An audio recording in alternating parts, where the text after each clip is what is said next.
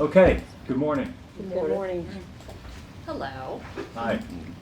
This is your first, It is. that's too bad. Well, good morning, everyone.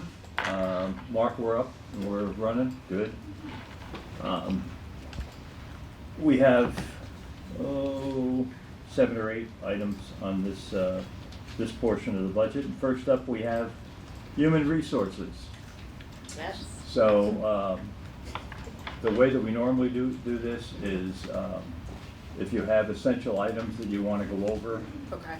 let's do that first. Okay. And then we'll go over any questions that the council has Okay. relative to the numbers. Okay. Okay? Sounds good. The biggest thing, change-wise to our budget is we are adding which had already been approved, the training specialist, and as well as risk management is now under our budget as well. So those are really the main, just the new organizational chart is essentially the main difference. Do you want to hit?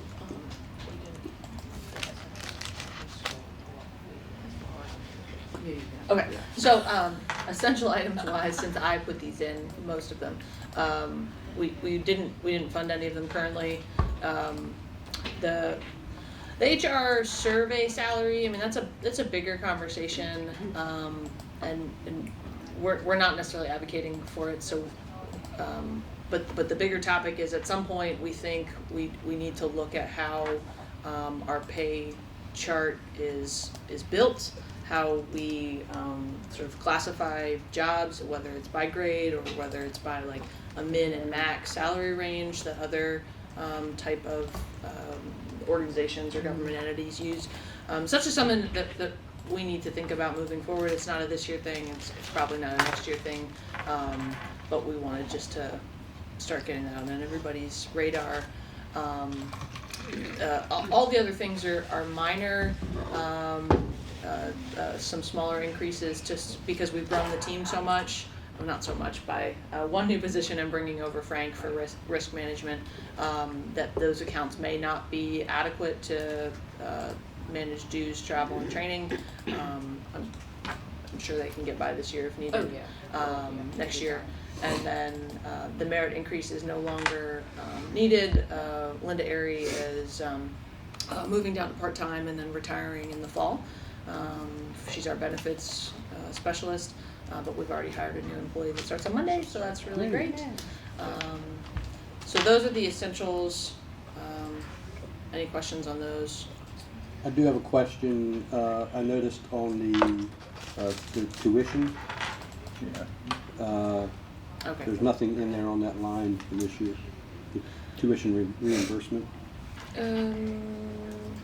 There should be. We got a couple. That was 18,000, it was 18,285 last year, and nothing Oh, she's this year. using that. Okay. Yeah. So Joe's the only one. Okay. Right now we only have one person utilizing it. Okay. Keith, does that live someplace else or? No, it lives there. Okay. So there is no money in it right now. Okay. Can you, when Put you're that on down the- here, can you show me put an that on email the list. with the amount for Joe? Because we want to do that. One of the questions I have is, and I think I know the answer, but I just want to make sure. Under workers' comp and health insurance, there's some huge numbers. Is that just because of the transfer, or does that include something else that falls under the general category? There's you take, let's see, Keith, are you health going there? insurance is up 170%, but I think a portion of that's got to be a new. I think it's switching over. yeah, it's bringing over Frank Okay. and then adding a new employee. Okay. But there's no general, my real question is there anything that's general that just goes in this account? No. No. Fine, that answers that. Advertising it's not a big number, but it's up quite a bit. We, where is that? 555501. So, I think we moved some money around, so then we have a chunk of change to advertise. I believe so, yes. For positions. Well, where we're doing LinkedIn and Indeed, and That's those are right. costing more money. Yeah, so, normally when we have position openings, we, take Amanda's vacancy. We're pulling from DID's budget to advertise for that job specifically. But we have realized that there are some platforms that we need to be on to advertise all city jobs, so there are annual annual costs for that, for LinkedIn. And Indeed. Indeed, and government Yes. jobs. Okay, So we bought are, those platforms. Those are additional things that we didn't use before. Yeah, Correct. but to it's give us servicing the more whole city, exposure. servicing the whole Yes. city. Okay. And I've seen the stuff on there too, so. Can I ask a question? Are we hiring someone for Amanda, or have we hired someone? How much time do you have? What? How much time do you have to talk about that? It's ongoing, we are hiring, yes. You quiet, Andy. Behave yourself and get a spank. They better be, otherwise No, we're gonna the have reason why I'm Rick asking is because gonna- they're pulling money from her. Is that what you're saying? From the Moving position? to a certain fund. When you have a vacancy and we need to create dollars to advertise for that vacancy, we pull it from the salary savings normally. Okay. That's what I need to We're know. pulling that, but it's ongoing, it is a tough market to find See, that's what I engineers. needed to know. Yeah, One of the things, just for, You can get a beat. we obviously have some compression problems in the salary, which I'm sure you're aware of. We've heard about it now. I want to make sure that, because you had made a comment about reviewing the salary structure, I think we need to attack the compression piece of it sooner than later. No, agreed. Because if you look at the actual numbers, It's not good. it's not good. I mean, forget it's not good, it's terrible. Yeah. So, on the discussion that we keep, how we put those little notes to come back to talk about that, if there's anything that we can do, because we've heard it from at least 4 departments that I remember, right? Yeah. Yeah. So I think that's something we should put on the list for discussion. Any other items on this? I don't have any others. Okay. How are you doing? I mean, any questions? You have that look like deer in the headlights. Just a little bit, so this is my first one, I wasn't quite sure what to Yeah. expect. Yeah, But no, the job itself, I'm really enjoying it. good. It's good, it's challenging, but it's challenging in a good way. Yeah. Well, you shouldn't have to worry about this thing because we've only shot 2 people in the last 6 years, so Oh, I think that's pretty not a good bad ratio. record at all. Okay, well, thank you. Thank Good you luck, very much, thank you. and I'm sure you'll do a great job. She already is. Thank you. Thank you, have a good day, guys. Bye, Meg. That was easy. I'm suspicious about how. Man's position. A note next to it, then we don't even have to ask the Some of question. these they used to do that. Yeah. Oh, fresh cut, too. She knew the camera's gonna be. Michael, come on. Hold on here. There we go. There you go. Good morning, everyone. Morning. Morning. Morning, Jeff. Hi, Jen. I'm I'm behind here, so What's the account number? how are you? 16,000. Hello, how are you? Yes. I'm doing well, Mr. Heath. How are you? I'm hanging in. She also has GOB, but we'll get to that. All right, let me see if I can do this. 16,000. Oh, I love this thing. I wish I had this yesterday.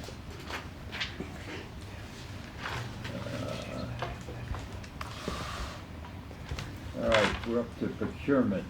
What number is that? 16,000. 16,000.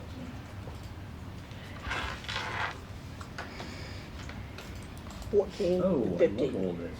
This is, What is it? 14 and 15, because it starts Oh, at the bottom of 14. I mean, okay. Jen, you've been through this before, so I have. talk about essentials first, and then we'll get into the detail. Okay, let me talk about procurement first. Go right ahead. Okay, so I just had three essential items under procurement, and they were reclassification requests for myself, the contract specialist who is here, Michael, and for the buyer position, asking for these reclassifications to bring the salaries up to a very reasonable market rate.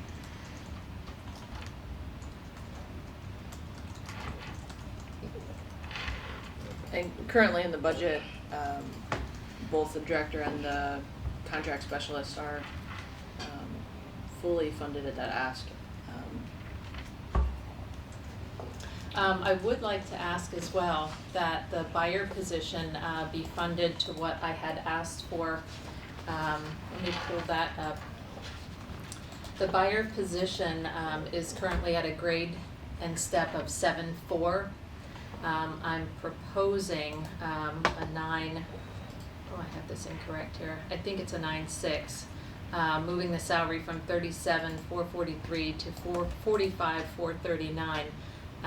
That's, I believe, a completely reasonable request when you look at the job functions for that position and not only positions in the local area, but positions that this would be comparable to in both the private and the public sector. So of those three, the only one that did not get fully funded was the buyer.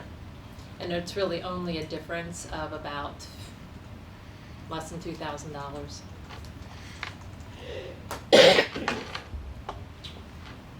Okay.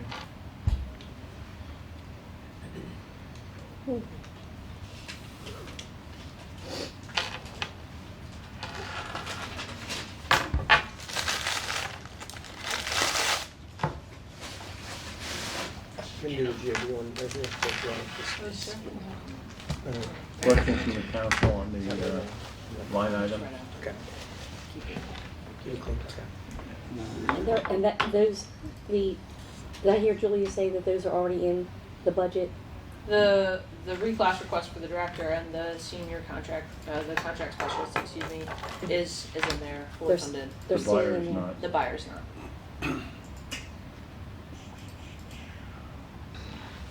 So the buyer's not ready. you said that was like a $2,000. Yeah, from what I Well, the retirement requested to, buyer's- I believe, what it got put in at. The normal retirement. I mean, my buyer position 13%. is at the salary up in admin. Right. Is that because of the increase in salary? Most likely. Okay.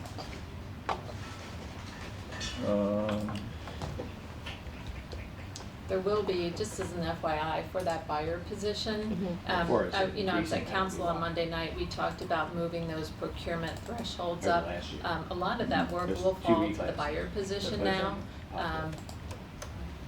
Because the buyer's the one that works with the quotes. Usually the buyer would do anything $25,000 and less.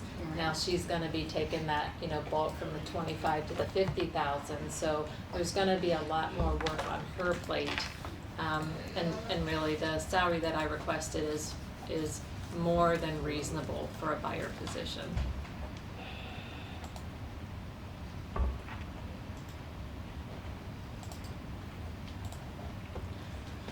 All right, the rest of my budget, the operating expenses, it's a level budget to last year.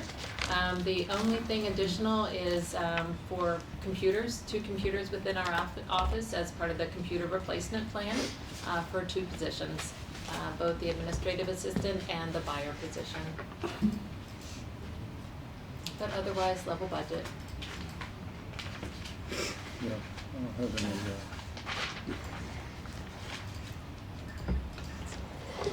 I don't have any other questions.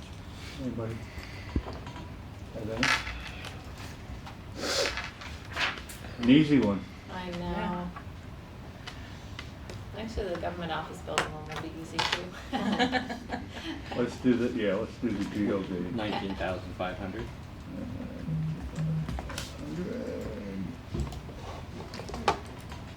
wrote this thing. Where was this yesterday? It'll just make you sad yesterday. So I have the right sheet and I have a new tool. Heck. Normal. Oh, that is so quick. Okay, I'm gonna just find my sheet, my notes. My eyes, I forgot to take my allergy meds this morning. It's bad. I just got a little. You just want to go home. I don't know going on. Okay, I do have questions on this one. But anyway, go right ahead. If you wanna- Did you maybe want to can talk cut- about the essential item first? You got essential items in this too? Just one. What do you- An important one. Okay. All right. Just one. It's the replacement of the first and second floor fire doors. I did have one other item with this. Looks like what got funded here is 12.5. I requested 17.5, 5 of which would have gone to GOB security enhancements. TBD, to be determined. But it looks like that got cut and the replacement of the fire doors did stay in. The fire doors don't work as they are supposed to, and they do need to be replaced. Where are they? First and second Floor. floor, the The- fire doors. To the It's exit. the exit. Yeah. And Yeah, the whole security thing.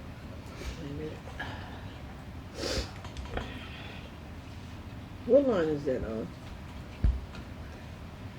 Is it on here that you're talking about, Jan? Probably under 5.3. 534-301. Yeah. Okay, I see it, okay.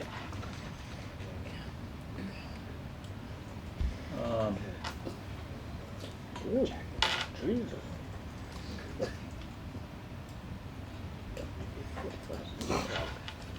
It's not bad. Why didn't, what am I missing here? I have a note that makes no sense. 216,000. So that 45, that's, man, analysis is $4,500.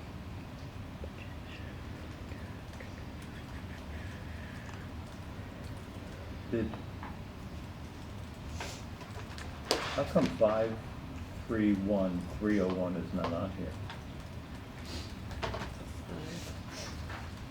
31? Might have been in a On my different notes, I have, Are you talking about for the GOB? yeah, I don't think I usually budget in that. I budget in 534-301, which is buildings, Yeah. and that's where you, Mhm. the Yeah, I see bulk it, it's of. second. It's the second one. Yeah. that's very strange. Where your glasses, Jack? No, it's not that, I have my notes from well, this was late Saturday night, so. Swap some numbers around, are you? Mm-hmm. And then there's a 577-015. Oh, there it is. Yeah. $55,000, okay, wait a minute. Gotcha, okay. That's my fault, I read that Building. wrong. But the other one was there and disappeared. But that's all right, as long as it's not in there, that's fine. Don't you Any- put things into my budget. Is that Lord Delmarva? You should be putting it in That there. was, Right there. that was after, never mind. It was a long night, I'm sorry. Should have had our night. Any other questions from the council? Now, did you want to talk about the CIP items as well? Yes, that's the last thing we do. Okay, very good. Do you have anything else on your plate? No? No. Okay. Let's go to the CIP.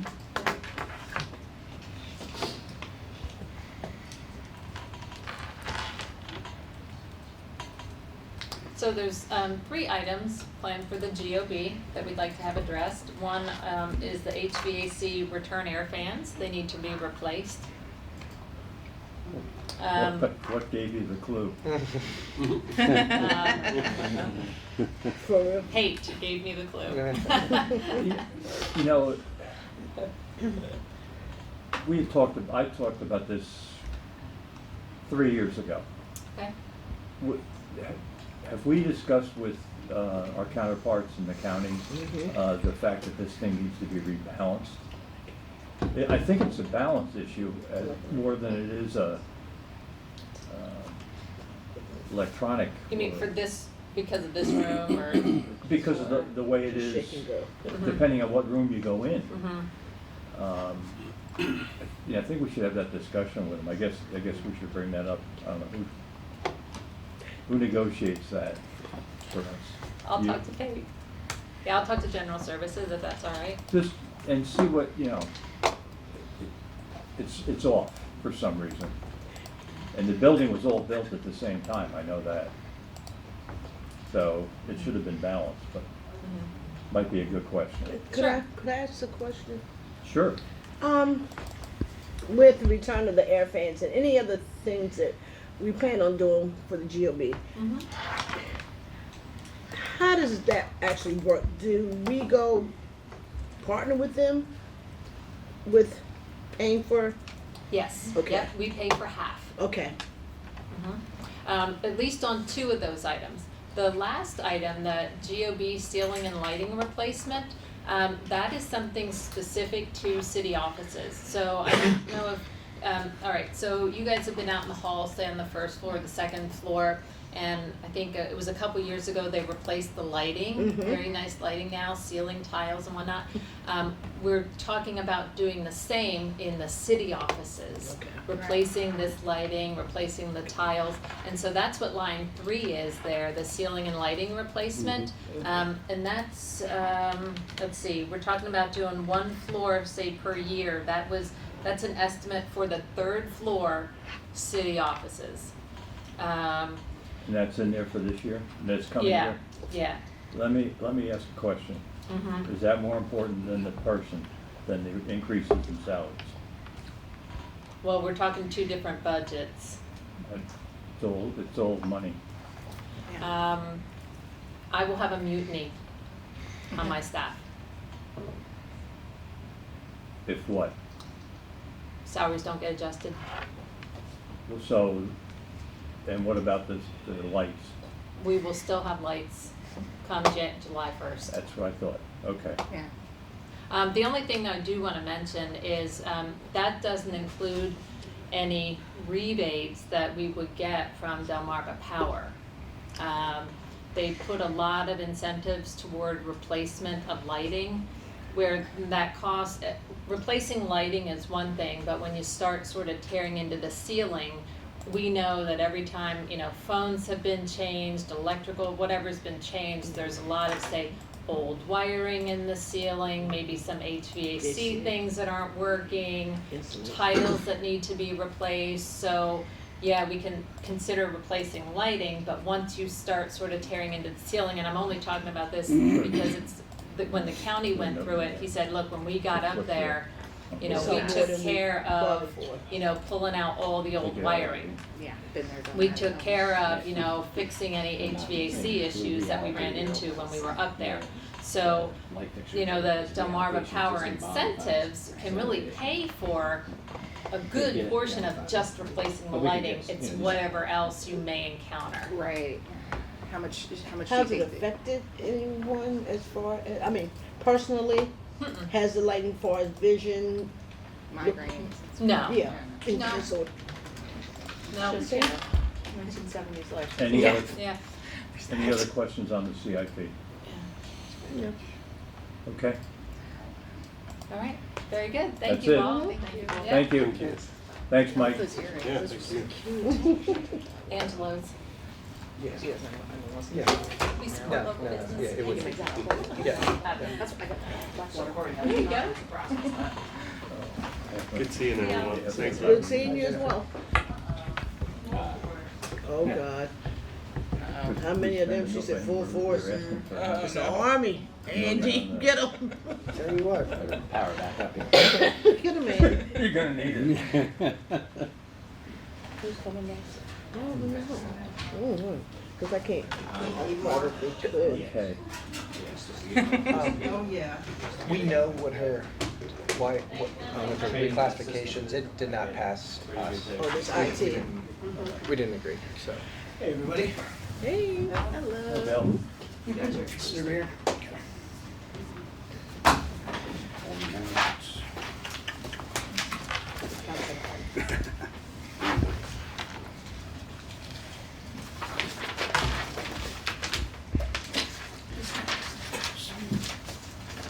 You said that GS was so low. Oh, wait a minute. Somebody didn't do it. Here. What's our number? Eight, 18,000. 18,000.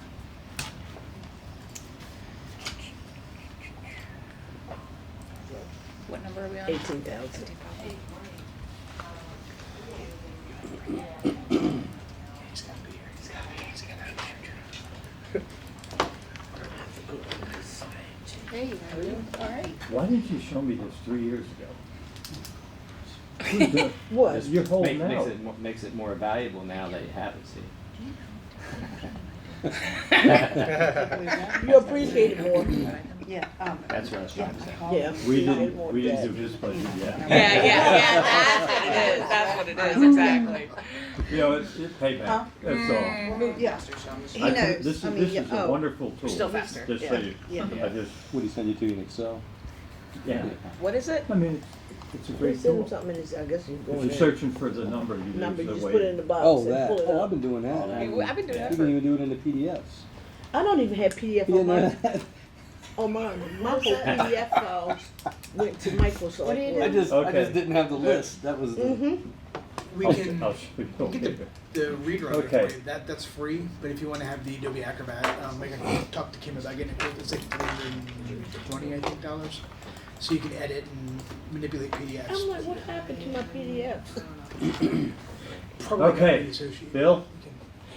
Good morning. Good morning. Good morning, gentlemen. Good morning. Good morning, sir. We'll start off with the essential item list, Okay. if we could. Sure. Essential item list. The top one, the reclass of the GIS analyst. That is simply on paper. We wanted to move the analyst position to a higher grade. It's cost neutral. There's nothing. It would just be literally changing the classification to give it a higher top end in the long run after somebody's here for many years. It would not affect our current analyst who just started last month. Or no, this month, I guess. It was, yeah, 2 weeks ago.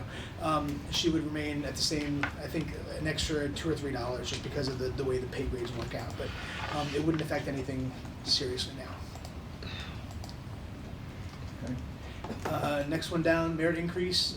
This is for Will Schmager. He actually won Employee of the Month last month to kind of tack on to why we would like to do this because he had a great idea to. Plan that. I didn't plan that. No. Same thing yesterday. Yeah, he had a great idea to streamline the HR onboarding process by kind of printing out some information, going to the HR onboarding process, and just doing a small little training class for new employees to answer basic questions, questions that we see a lot of from new employees, things to kind of streamline their onboarding process to help them kind of become acclimated a little easier to our organization. So we're asking for a merit increase for him.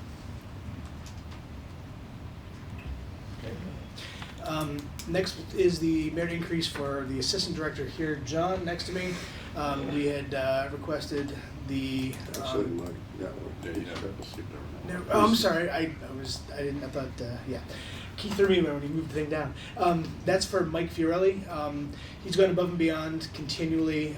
He was the one instrumental for keeping us operational during COVID, streamlining us into a new firewall and remote access system, increasing security. I mean, Mike he's been here 9 years, I believe, and I don't think we've ever asked for a merit increase for him. Yeah, so it's something that we think is overdue, long overdue, and he's doing well.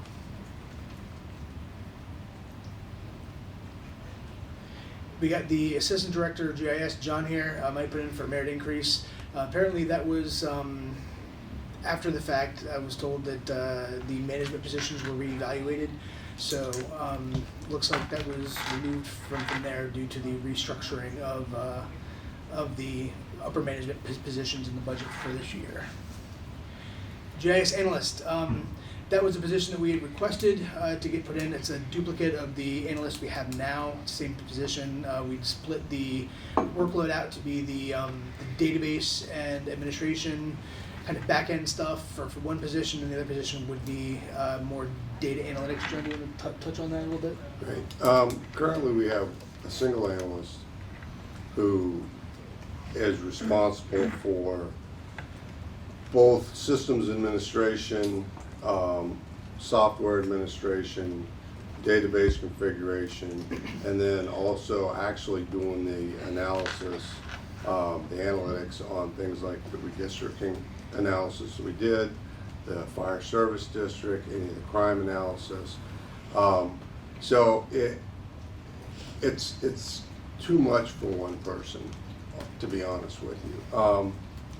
Carl, before he left in last fiscal year, he had over 5,000 hours logged on the servers, doing systems administration on top of all the analytics he was doing. That was one of the major reasons that we ended up losing him, is just because of the overwhelming amount of work that's in that position. So my goal was to split those duties between two analyst positions and have one focus on the systems and systems architecture, and then one be free one up to do pure analytics and cartography.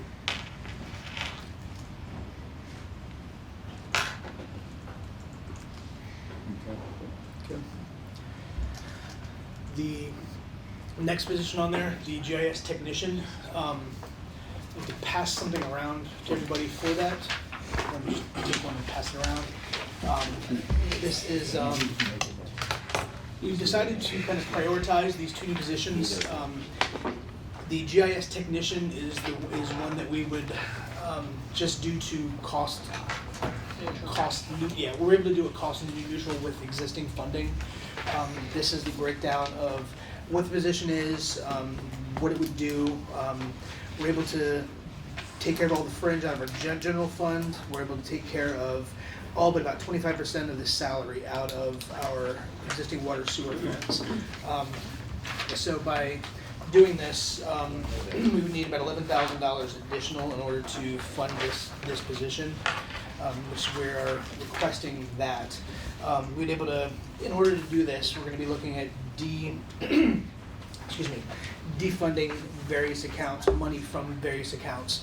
We'll be cutting things like our consulting fees we take care of for other departments' projects for GIS stuff, downgrading various licensing, software licensing that we use that we can do without for a year or two until we can find a way to bring it back.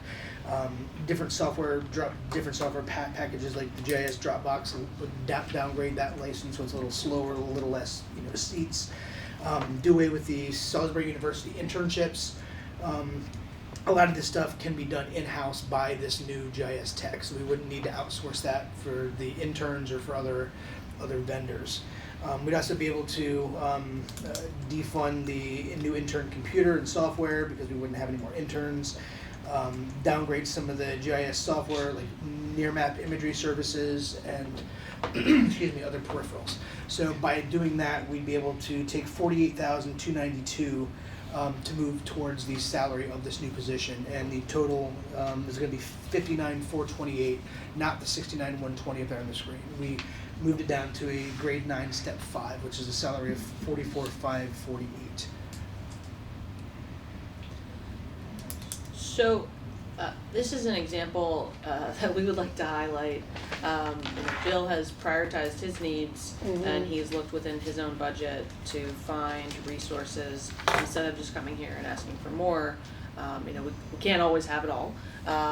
So the $11,000 that he is requesting, we also have an option to pull that from water and sewer. Keith's looking at me like crazy. which we think we can make all the numbers work. We have not given Keith time to digest this. So he'll confirm that. But again, like, this is just, we want everybody to think this way, and we want to be able to do all the programs, but we know we can't. I think we could still probably do an internship program, it just would be unpaid moving forward. But this is what we want everybody to do. And to kind of clarify that GIS tech position, we have a candidate that he's already an employee of the city. That's how we're able to know his health insurance, his friends and everything. He's an existing employee, so he would migrate over to our department. We already got the clearance from HR if this position is approved, that she's okay with us doing that because we interviewed him like 3 weeks ago for the analyst position. He wasn't quite qualified for that, but he would make a great tech. So, we're excited about that. If it is approved, if you guys do find it worthy to approve it, then we just move him over and start him. And then we make another department mad at us, but. I applaud the logic that you use, and I applaud The effort. that you're one of the first ones. Yeah. But I have a problem personally with getting rid of the interns, because that's a feeder system. That could possibly be your feeder system. Yeah, that's the only And concern I had, but. that, you know, And I don't mean to, make any, that was the intent when I started the internship program in 2014, was to accomplish exactly what you're saying, Jack. The reality is, I've been asking for positions now for 5 years, and there's no sense in having a feeder program if There's no vacancy. we're not putting anybody into it.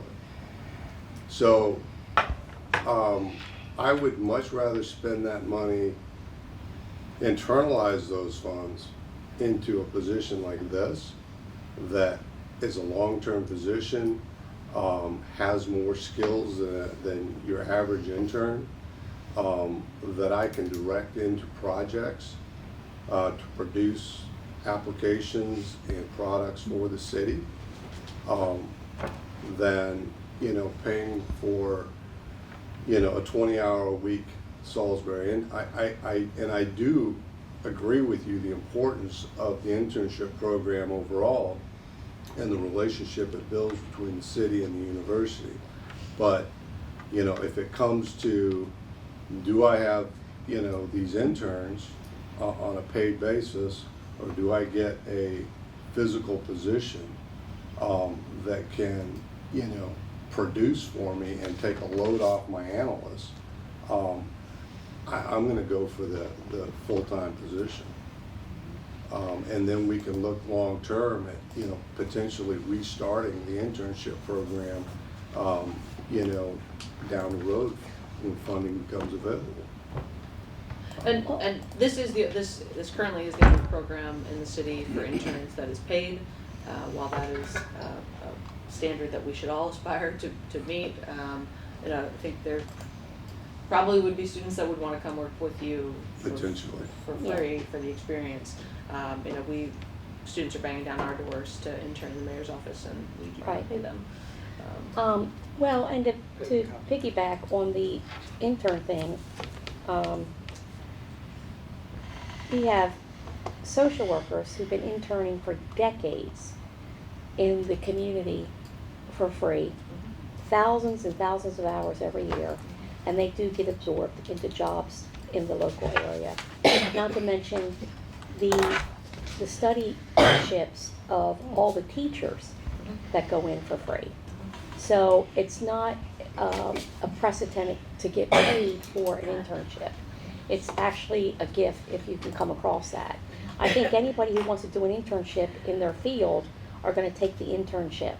And internships, generally, the expectation is you're like learning something. Their pay is that you're learning on site to get experience. So I don't think it's going to deter from having a computer person as you to come internship. It's great that they would get paid, but I don't think that that's the yeah, the whole That's carrot. not the only That's the only, motivation they yeah. have. Okay, is it in the budget now? We can maneuver some things around and cut things. And that that's your recommendation? It is. It is. Okay. All right. Okay, great. The next item on there is the increased GIS software funding. We can nix that now, because we're kind of cutting some of that. So go down to the Helpdesk System. Steve, do you want to talk about the benefit of that Helpdesk? Yeah, so to give a little brief overview of the help desk is what we use for employees to submit computer issues that can be assigned to technicians or higher for resolution. Back in 2010, when we first created the Helpdesk System, we used the free program that was out there. We are now reaching to the point where this free program is not fulfilling our needs. On the IT side, we're having difficulties getting any type of metrics out. We're also seeing an increased barrier of entry. Because this is a free program that we have no stake in, we have no way of actually having the company work anything that we need into this program. What we're seeing is they've implemented new security measures that are now requiring email validation. However, those email validation requests are not coming through on time, which is making the city employees not be able to submit the help desk tickets because they're not receiving the validation emails. So then we're getting phone calls, or we're not getting told at all of the issue. They just walk away. So I think at this point, the city IT has grown to a point where we need to look at an actual enterprise level help desk system. It's a yearly system that will be cloud-based, so there will be no need for any type of hardware infrastructure within the city. But again, just trying to reduce that barrier of entry and also increase the functionality to pull out metrics and increase the speed of the resolution of the computer issues that are reported to us. We've identified a supplier. Yes, we've identified one supplier. We'll probably have to go out for a couple other ones to meet the standards, but that's about what the industry standard is on the cost. The one that was targeted, how many years has it been functioning? Several years. It's actually an enterprise level one. Several Fortune 500 companies use this system as well, so it's definitely an industry standard.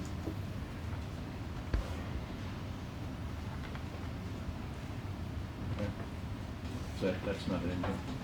Done. No. Okay.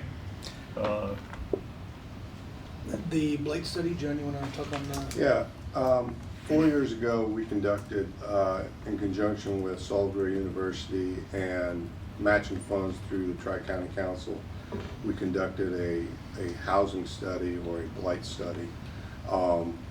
This year, being the anniversary of that, we were going to conduct that study again. I had talked to Tri-County Council. They had matching funds available for that, $19,000 and change. So the cost of that would have been $19,000 and change to us to complete the study. I believe that we have decided not to do that. All things being equal, I think that one's a wash at this point.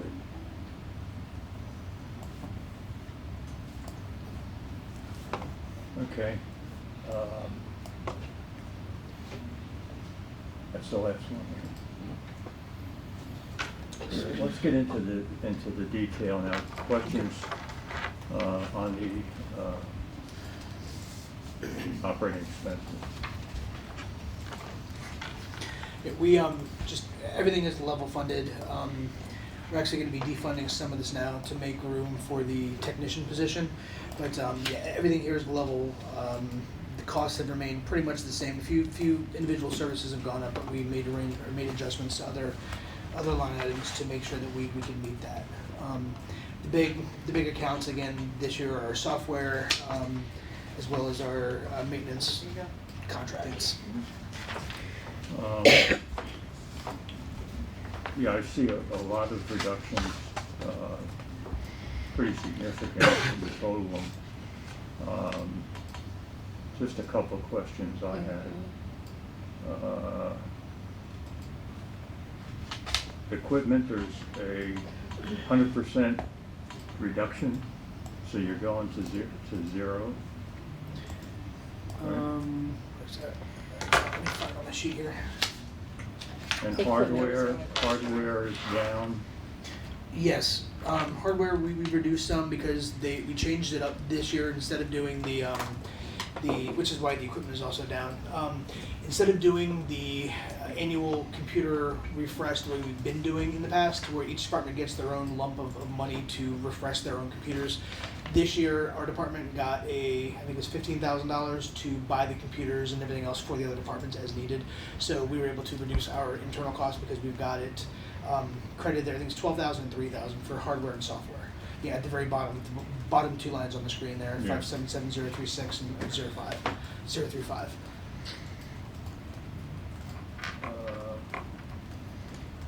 You have some lease payments that went away. Yes, that was part of the CIP from 2-3 years ago. It was the first cycle of the high availability server arrays that are in the GOB here.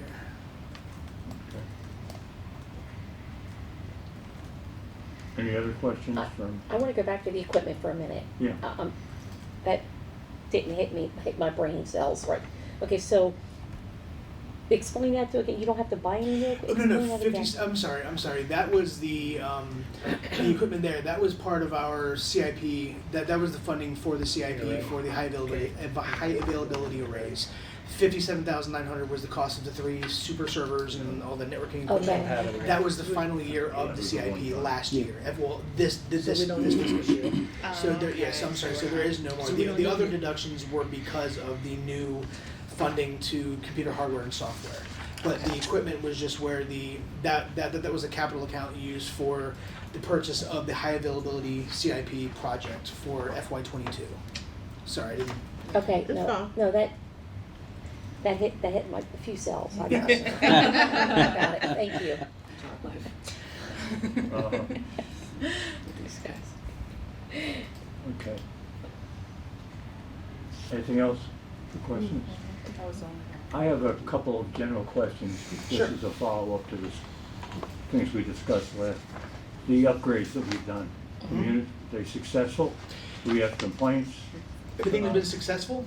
We've been doing more on top of that also with replacing some other fiber connections around the city to increase connectivity to other facilities as well, which was funded out of operating accounts. It wasn't even considered during budget talks. What's that? Oh, the Munis upgrade too, yes. That is coming along. Keith can attest to how wonderful the Munis upgrade has been. They're slowly working out the bugs and the kinks. Just this week, they've got a few different issues worked out. So yeah, it's coming along. Was it as smooth as we expected? Oh, no way. No. Not even close. I remember our discussion when we were talking about Yes. being careful. Yes, And it this was. is- It was. You'd think you'd think it would be smooth, and they've been operating for many years, and they've got many customers, and apparently everybody's handled differently. So yeah, If you want to see, kind of look up there for a second. For I'll email. scroll slowly. Ah, All right, then just keep watching. Just keep watching. that's Just probably keep a week's watching. worth. These are problems. These are problems. Problems. We're scrolling very much through a whole chain of stuff. It goes forever. I've been through I've two. never seen an upgrade like this in my life. I've been through 2 upgrades, and I can remember the discussions like they were yesterday morning. And the first one was a complete, utter disaster. Absolutely complete, utter disaster. And the second one was half bad. And that's the best I've been through. Yeah, well, The unknown costs and time that you guys put into fixing these problems, I wonder if when everything gets smooth, you're gonna need all the things that you need now because you're so busy fighting fires. Right. Yeah, it's a lot of it is just coordination, trying to, because nothing that goes wrong is anything that we can fix on our side. It's all just nagging them to get in and fix it and figure it out. So it's a lot of just overhead administrative coordination stuff. There's nothing that we need to, there's no software we need to, it's literally just nagging them to get their stuff fixed. Right. Trying to wrangle cats, essentially. Have they been responsive? It depends. Certain modules, Tyler is split up, different groups do different tasks. Like there's a tax team, there's a forms team, there's different teams within Tyler. Certain teams are a lot more responsive. What we've ended up having to do is wrangle in all of the senior staff, all the senior managers, and the heads of every department on pretty much every email, and then things start to work. So that's kind of the tact we've taken here in the last few months, and things are getting worked out and smoothed over. The last thing I would say, I should have talked about this with Procurement when they were here as well, but when we go through things like this, there should be penalty times if response is not given within the parameters that are listed in the contract. Right. And if we learn anything from this experience, because I'll be honest, that was a loaded question, I didn't mean to do it, but it is, because I've heard a lot of people, when I'm just walking around, saying, my God, this is terrible. And I appreciate it because I've been there. So as a lesson, let's learn from this, and let's make sure that my question is that the help desk seems like a simple thing. Everybody uses them. Everybody doesn't use them the same way. Let's make sure that we go with a reputable person, and also that we negotiate those items into the contract that says, if we have an issue, we want you here within we want it resolved, or at least an update in 24 hours. That's what we put into our contract. And I think that's reasonable. And anybody that's got a good one won't have an issue with it. True. So, okay, enough preaching. Amen. Thank you, everybody. I think we just need to hit CAD, We CIP, the CAD program. Yeah. And then I also, you wanted an update on the cybersecurity preparedness? Yes. of the city? Yes. So, they're next, and they're coming in, and then, he's, okay, he's coming at 10. With Ryan.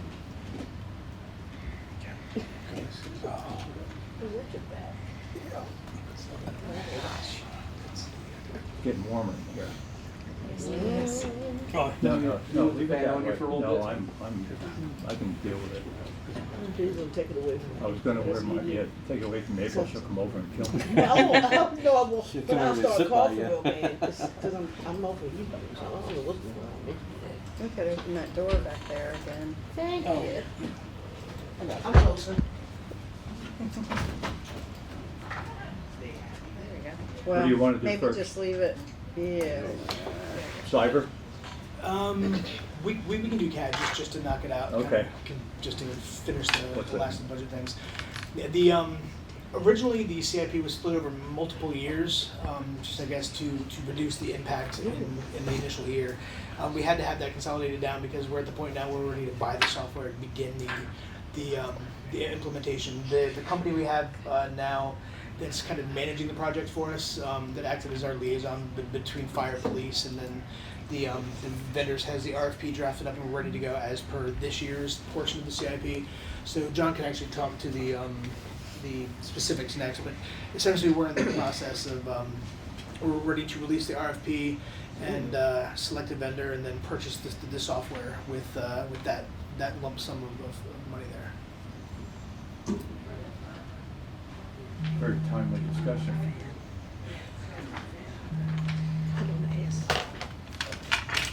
John, you want PLC fan? Yeah, everybody at the table is aware that our current CAD RMS, through CSI, CIS. or CIS, excuse me, CIS, is a failing program.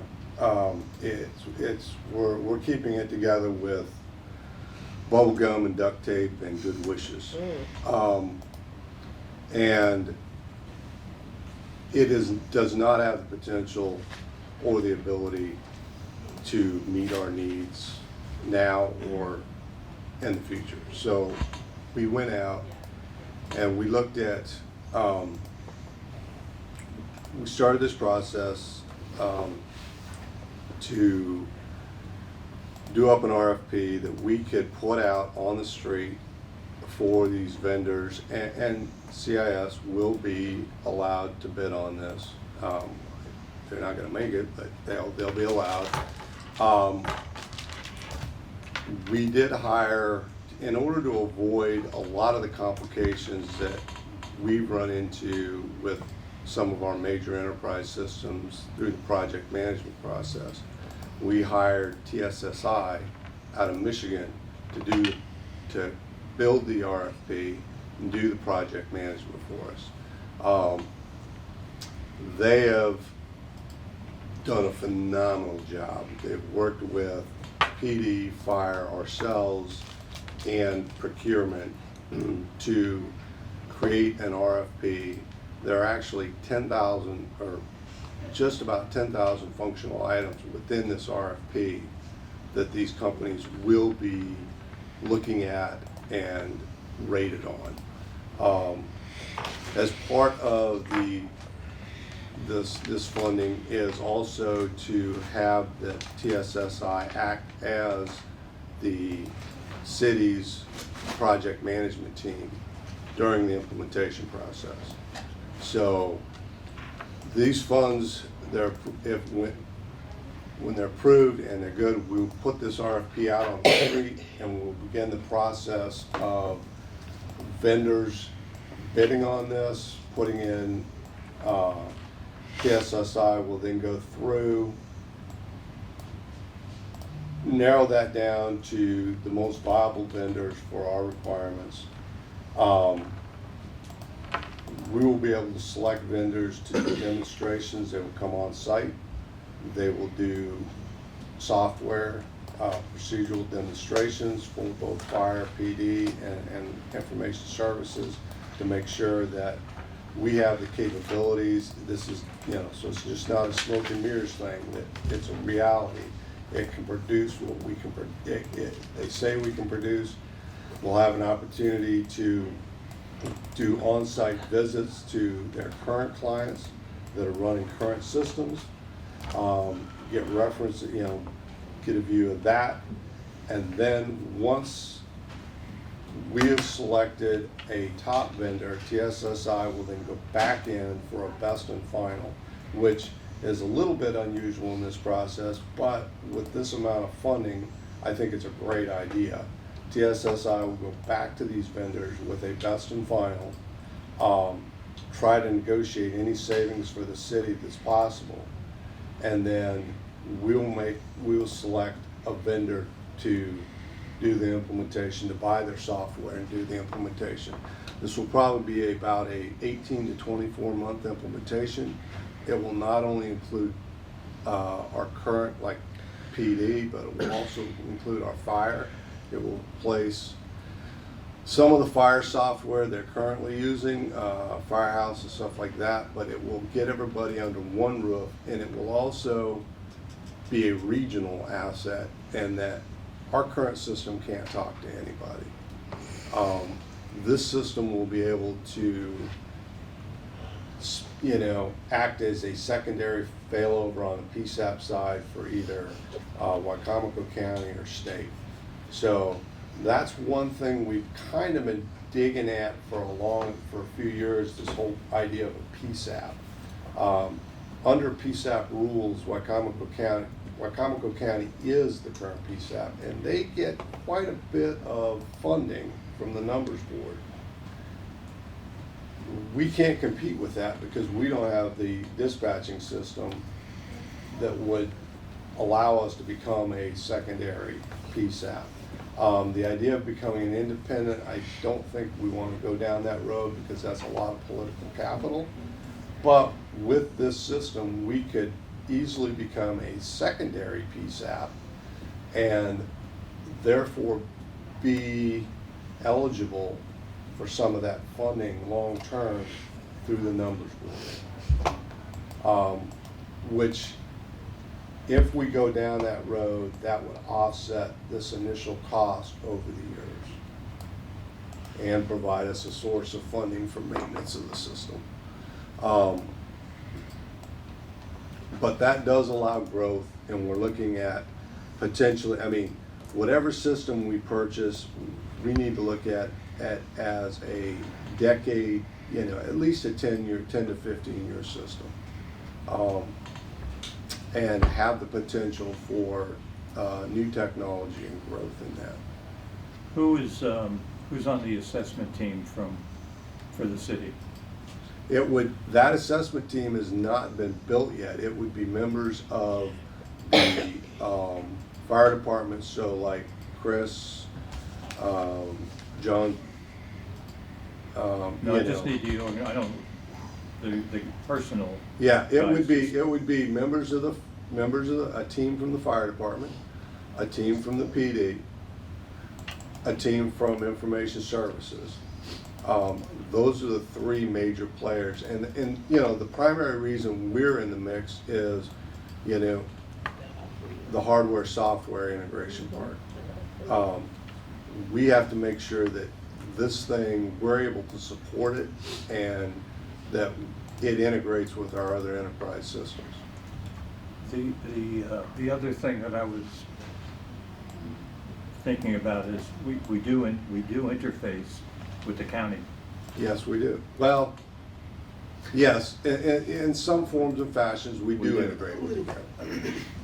And I'm not saying that we should do this, I'm just throwing it out, that maybe a representative from the county should just be there looking over the shoulder to say, hey, if we do this, then this is going to impact this.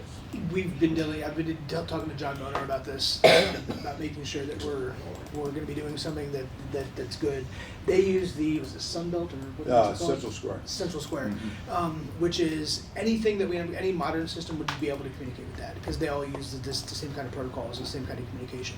The problem is that the system we're using now it's built on technology from the 80s, and it doesn't have the capability of transferring the data that we would need between in order to have real-time communication.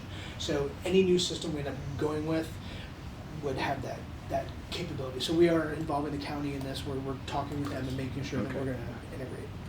And the last question that I have is, the chief, when he was here, was talking about the deadline that he's under, December, I believe it's December of this year. Yeah. Mm-hmm. Yeah, what he said? Yeah. For Firehouse. Firehouse. What are we gonna do? Because we're not gonna have this. This is news to me. No, It's a computer. So the deadline for Firehouse software support ends in December. The fire department right now is currently working with the new company that, at least this is what we've been advised of, that they're working with the new company to migrate to the new software for the interim until we can get a CAD RMS system stood up.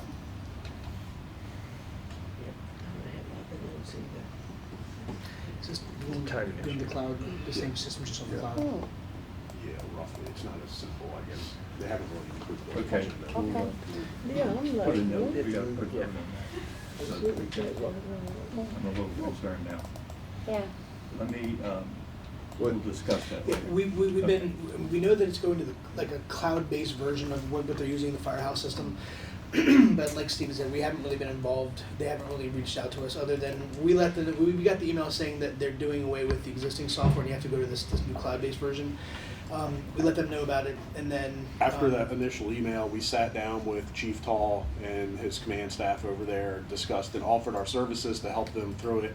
They pretty much said, we got it, don't worry about it. So we haven't really been in the loop a whole lot on it. I did reach out to Chris Truitt a couple weeks ago, I guess about a month or so ago, asking what the status was, and he says that they're still working on it. Okay.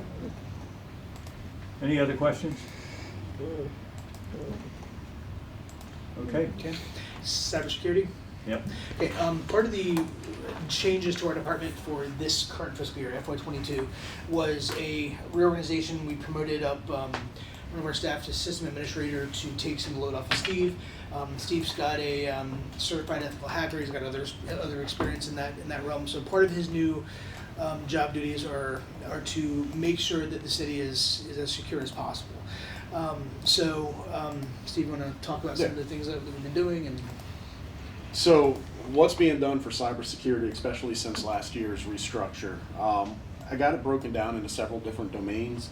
First one is the tangible assets. We purchased a new firewall VPN.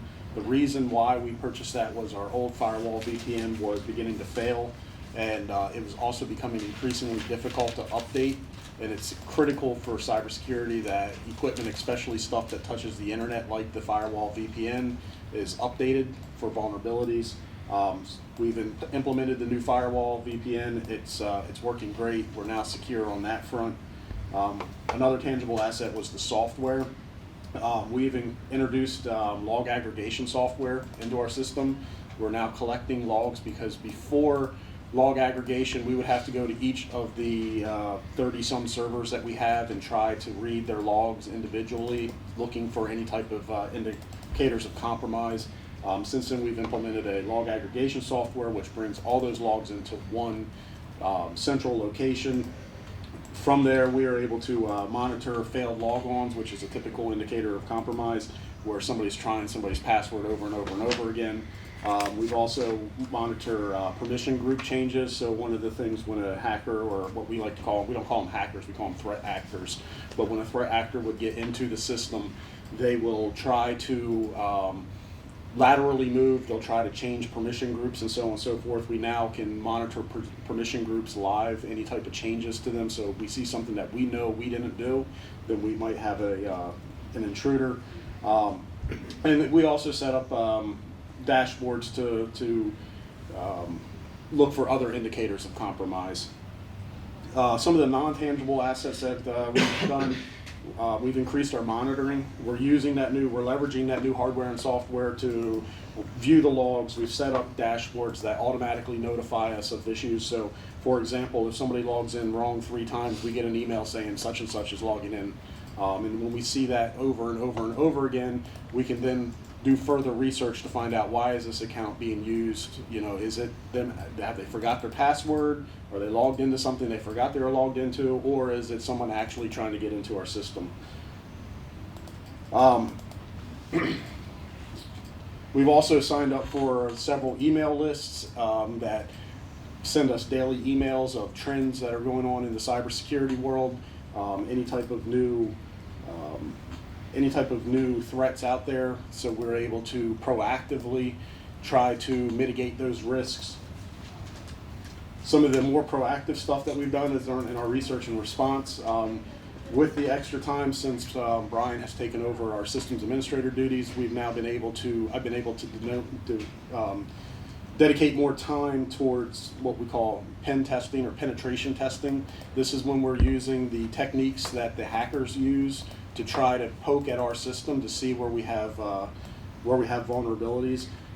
Within doing that, we found several different vulnerabilities that have now been patched, including vulnerabilities on our website.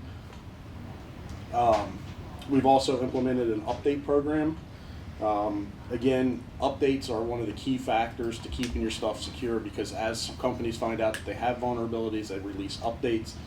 So we now have an automatic update program that updates all servers, all Windows computers. We also have an active search on any type of other hardware, like our networking hardware, firewall, VPN, that when a patch comes out, we immediately patch it so we're secure. The other thing is with that extra time, we've been able to dedicate more time to the response to potential threats. One of the big ones from the last year has been what was called Log4Shell vulnerability. It was utilizing a vulnerability in web applications that basically anybody would be able to compromise our systems. With that time that we've had from dedicating this new position, We were able to immediately get into researching which systems we have were vulnerable. We could reach out to the vendors for the patches. Luckily, we only had one system that was vulnerable, and it was patched, and it was an internal system only. It wasn't anything that was touching the internet, but we were able to mitigate that risk almost immediately upon notice of the vulnerability. However, with those tangible and non-tangible assets, the users are always the weakest link. It doesn't matter, you can spend millions of dollars on hardware and millions of dollars on people and stuff like that, but the user who clicks on the email is always the weakest link. And we've attacked that too. A couple years ago, we implemented a new program for testing our users through education. We have implemented a internal annual cybersecurity course that every city employee has to take. We've also increased our testing of those employees by sending out phishing emails that when an employee clicks on the email or opens up the link or sends their password or whatever, they also get additional education. However, with those new education systems and trying to educate the system, that does no good if there's nothing to hold the user responsible for anything they do click on. So we've worked with the mayor's office and HR to implement an increased progressive discipline policy for any type of violators of these failures, because what we were finding was that we had some users that just failed time and time again, and there was no repercussions for that. Luckily, we have not had to implement any of that disciplinary action on these people. However, it is there if we need it. Now, that's all. We got our tangible, we got our non-tangible, we got our users and our education. But what happens if we are actually compromised? And though I would love to say that, we are rock solid here, if these threat actors can compromise Microsoft and Google and Dell, they can compromise us too. So what we've done is we've taken some risk mitigation factors into play. The biggest one is we've reworked our permission structures within the city. Essentially, we've reworked them so users have just what they need. They have access to only what they need access to. Before, especially like the mayor's office, hey, we're the mayor's office, we need access to everything. No, you don't. So we've reduced a lot. We've reduced a lot of those permissions down. Even when they do need access outside of their office, because they do need access to finance, they do need access. We've given them read-only access. They're not able to modify, not able to delete, not able to do anything of that nature. We also, I don't know if you guys are anybody from the Navy, but one of the biggest ways of protecting a ship from sinking is by segmentation. So if a hull's breached, they're able to close doors, keep the water from filling up the ship. We've done the same thing in our network. We've segmented it off. So even if somebody is a breach, they're only able to get to certain places.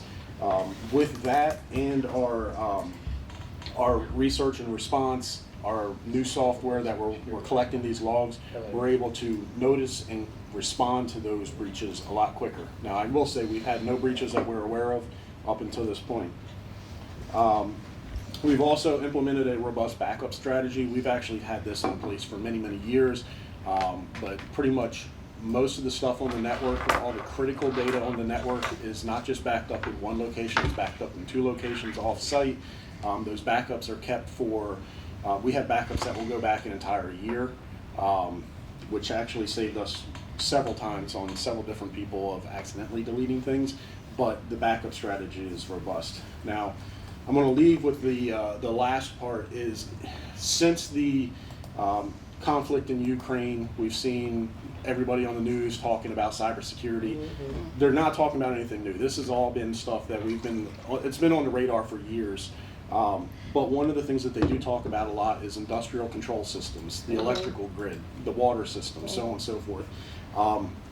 We were able to pen test our water system to an extent and found a major vulnerability in it.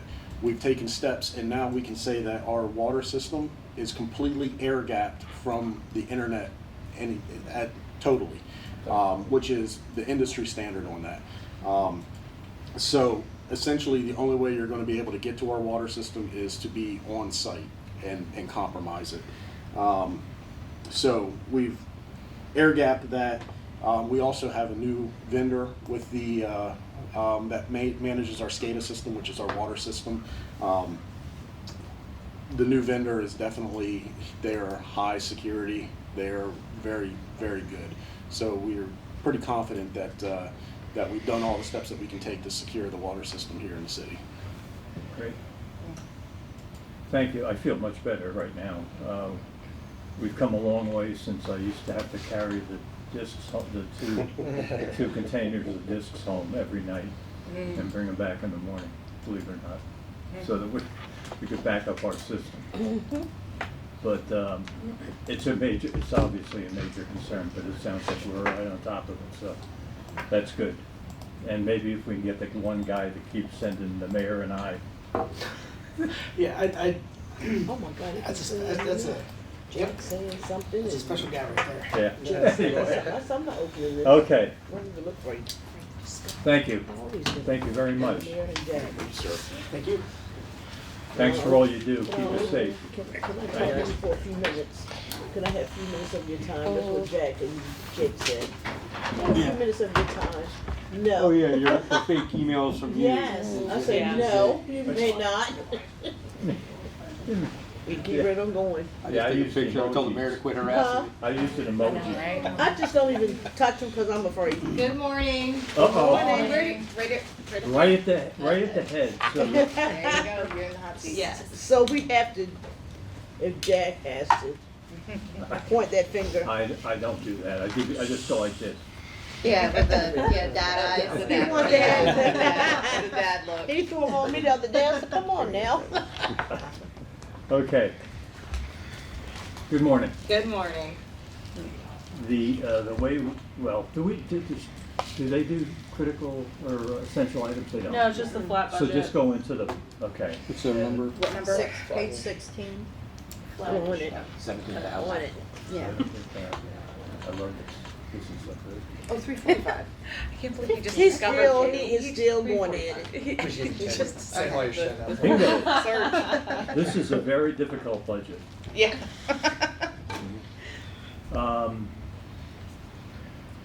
It's nice because it's going down. Efficiencies. When we built this, how many open things do we have now? Anything open? Yes. What do you mean by that, legal? Yeah. I mean, ongoing items. I mean, Yeah, there's, ongoing, there's a few that are, just, we don't have to, we don't get into names or anything, but, but they're all active, which They're all- is nice. Hmm? They're all active and Yeah. moving along, Yeah. which is nice. yeah. Different. And that's been considered in the development, Mm-hmm. and then the meetings, Yes. okay. Yeah, we look, I we, think we look We've had a lot of retroactively, years. in terms of, I think we've been on the job now for a full year, so we projected this based upon what we've done in the past year and like on average what our bills are generally always about the same. And so unless we get into some unforeseen litigation, I Right. think we'll stay right on target. Perfect. and Jack, were you asking about active litigation or just active projects? Yeah, I think Active project. we have lots, Okay. I mean, yeah, there's a number of projects going on, and then with SBD, with the law changes Mhm. for, police accountability, that's, Yep. keeping us pretty busy as well. And I think that we'll continue with that, because the rest of the law goes into effect July 1. So I think this first year is a good indicator of where we'll be second year, barring any unforeseen circumstances. Okay. So this number, it's been a year? Yeah. Yes. Yeah. Last, Just last a- one, you missed it. Yeah, it Yes. is. Time is flying, Flies Jack. when you have fun. Okay, so, I don't have any questions at all, to be honest with you. Yeah, so rates staying the same and we offer monthly discounts, so. Are we taking advantage of that? Yes. You are. Huh. I figured we were. Yes. I process that invoice very Well, you quickly. can save a buck, so. Yeah.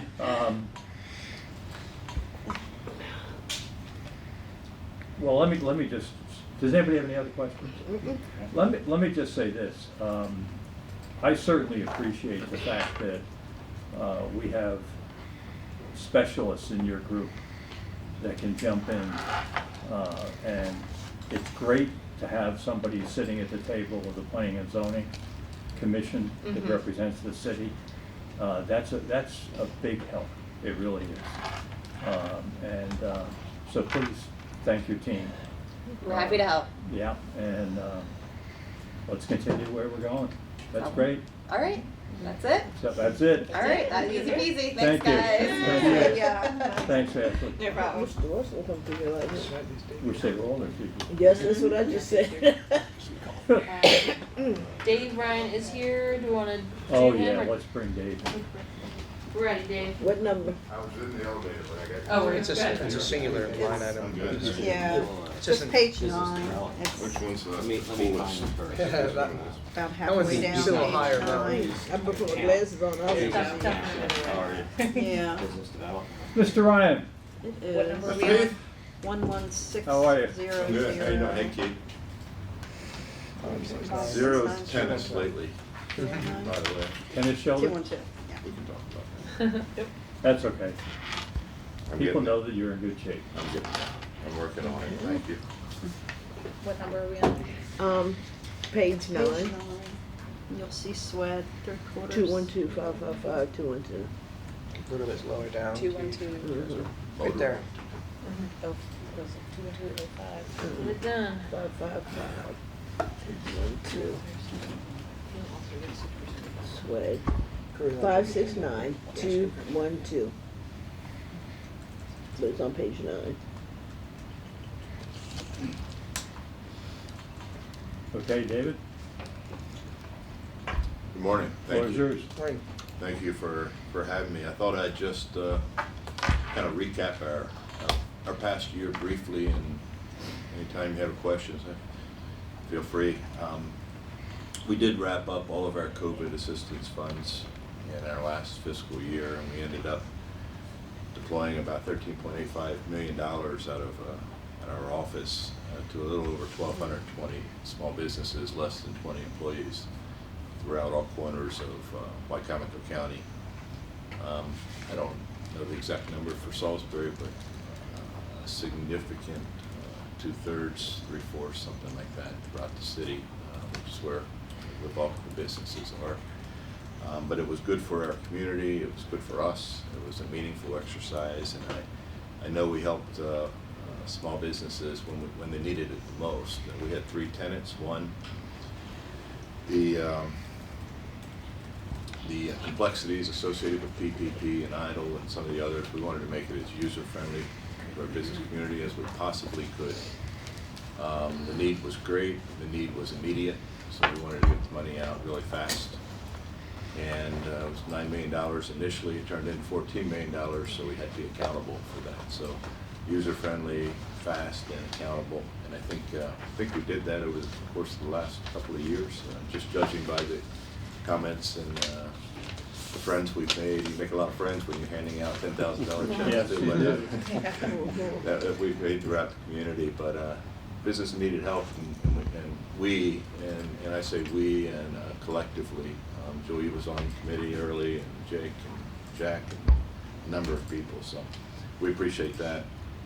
Just a few of the companies we've worked with in the past year. Delmarva Lumber, I know it's in Willards, but it opened up a sawmill plant that was vacant for some time, and that's good for our region. There's about 20 jobs over there now.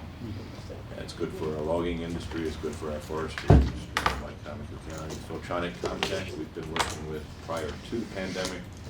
They ended up reshoring an operation out of China to Northwood Industrial Park. It's an antenna sales distribution center now. So that was prior to the pandemic.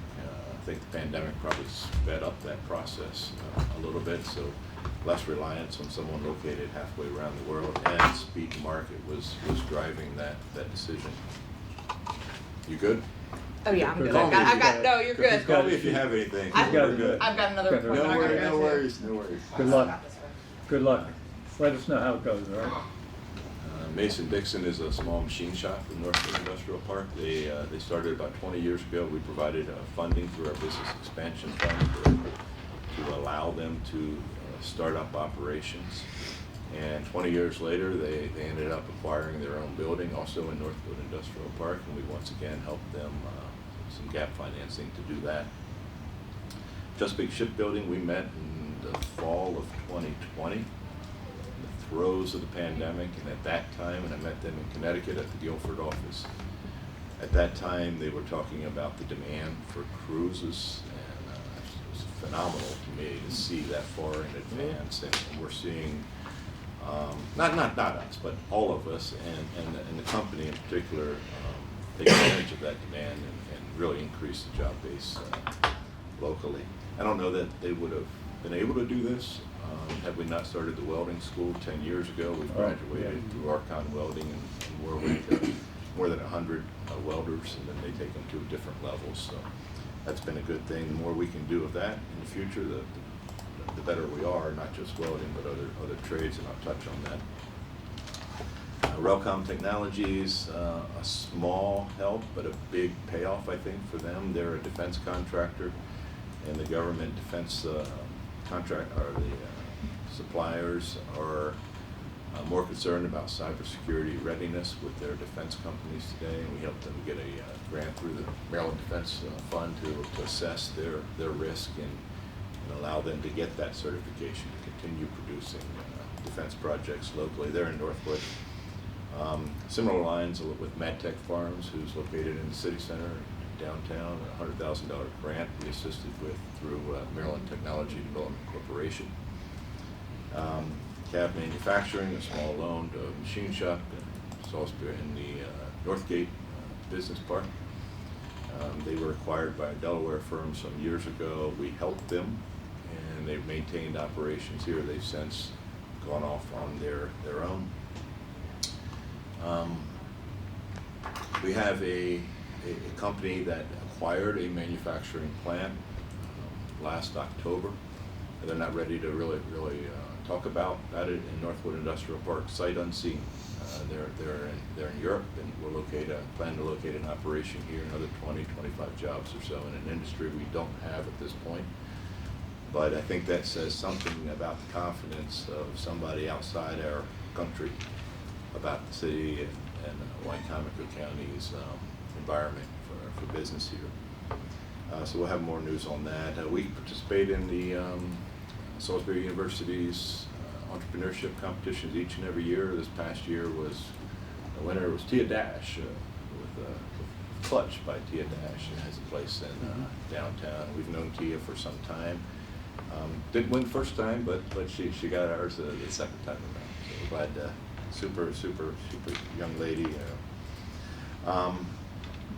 We're working extensively with the airport, the airlines, and all things related to establishing a pipeline of talent, in both pilots and mechanics. And we're knee deep, and we'll continue that for the foreseeable future. A couple of initiatives. One, we're lacking space. We're lacking industrial space in the marketplace. It's both. Good news is our plant's full. Bad news is the plant's full. It's a lot easier to sell something if you have it on the shelf. So how can we identify, create more industrial space on the market? One way is to build it, and how do we fund that? And we're exploring those opportunities now. Another way is to let's take maybe some cost, but certainly time out of the equation to construct a plant. So you're going to build a 50,000 square foot spec building. It's $100 a square foot. It's $120 these days. So it's $5 million. It's tough to come up with that money, that patient capital. But what if we could mitigate the time it would take someone to construct by going through the site approval process? And that's really the lengthiness of construction. So we're exploring that on several sites throughout the community, and we'll continue exploring that to be as competitive as we possibly can in the marketplace and having that availability of space. Another way is repurposing existing space. So you look at the center of Salisbury, you look at some large space on the end, the former Macy's, the former Sears, they're in excess of 110, 120,000 square feet. They're ready to go. The infrastructure's in place, lots of parking, great transportation network. It's fair game in terms of repurposing some of that space. And that also gives us that availability of space for the marketplace.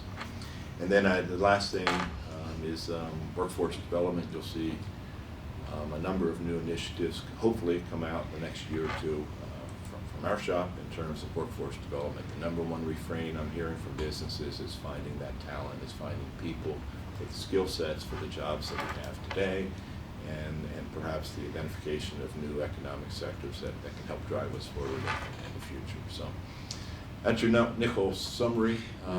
Probably Appreciate it. And I'm happy to answer any questions.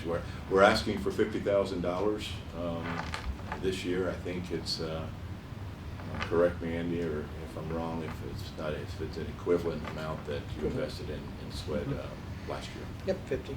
I have a question about if you repurpose those spaces out at the mall, is there any like special rezoning we need to do? Like to maybe like light industrial? No, sir.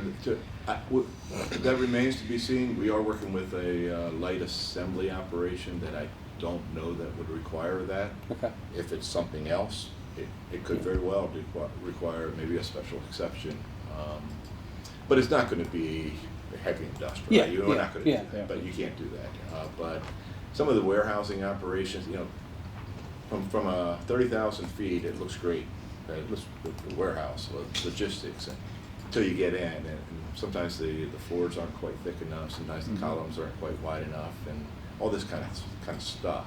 But you look around the country, and our mall's not falling down, right? I mean, it's not terrible. It's some malls are 100% vacant, but ours is not. So how can we repurpose some of that space and make it a destination for people, and therefore those people can add ancillary benefit to other merchants at the mall existing. So in other words, we don't have to create a food court, right? There's already one there. Yeah.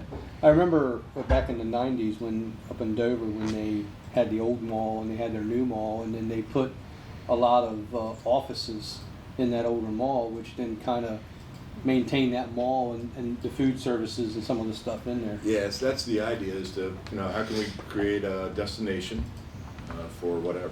It's maybe a light manufacturer, it might be logistics, it might be a healthcare pavilion, all these kinds of things that could draw people to that mall, and it makes a lot of sense, right? People are already out there. Yeah. A lot of people. Just drive up 13 and you'll see a lot of people.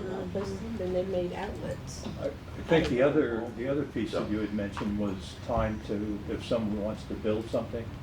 If you want to build in the city, we've cut the red tape down to, what are we down to now? 90 days? Is the average for all the permitting and all that stuff? Tried to, yeah. Yeah, I think it's 90 days, so. Yeah, and is that construction or site work? That's all the approvals that you need from the city. Yeah, that's everything. Yeah. That's everything. Everything. Yeah, because that's typically the delay. Not delay in one, but the time factor, Yeah. right? To go out. Okay, so you pick a site, let's say 20 acres. Yeah, Let's design a building as large as we can on that 20 acres and go through the site approval process. That way, somebody wants less, we're good, right? Yep. We don't have to go back. Yep. We just cut it down. Yep. And we think we can, some of those things can be lengthy. Some may not quite be in the city yet. We may have to extend, And that takes some time. That takes some time, but a lot of that's state law. Yeah, well, and that's right, but that's something we can do, so the customer doesn't have to. Doesn't have to. Yeah. And we're ready, right? So we just want to try to do whatever we can in a cost-effective way, in a prudent way, but we want to be competitive with other communities.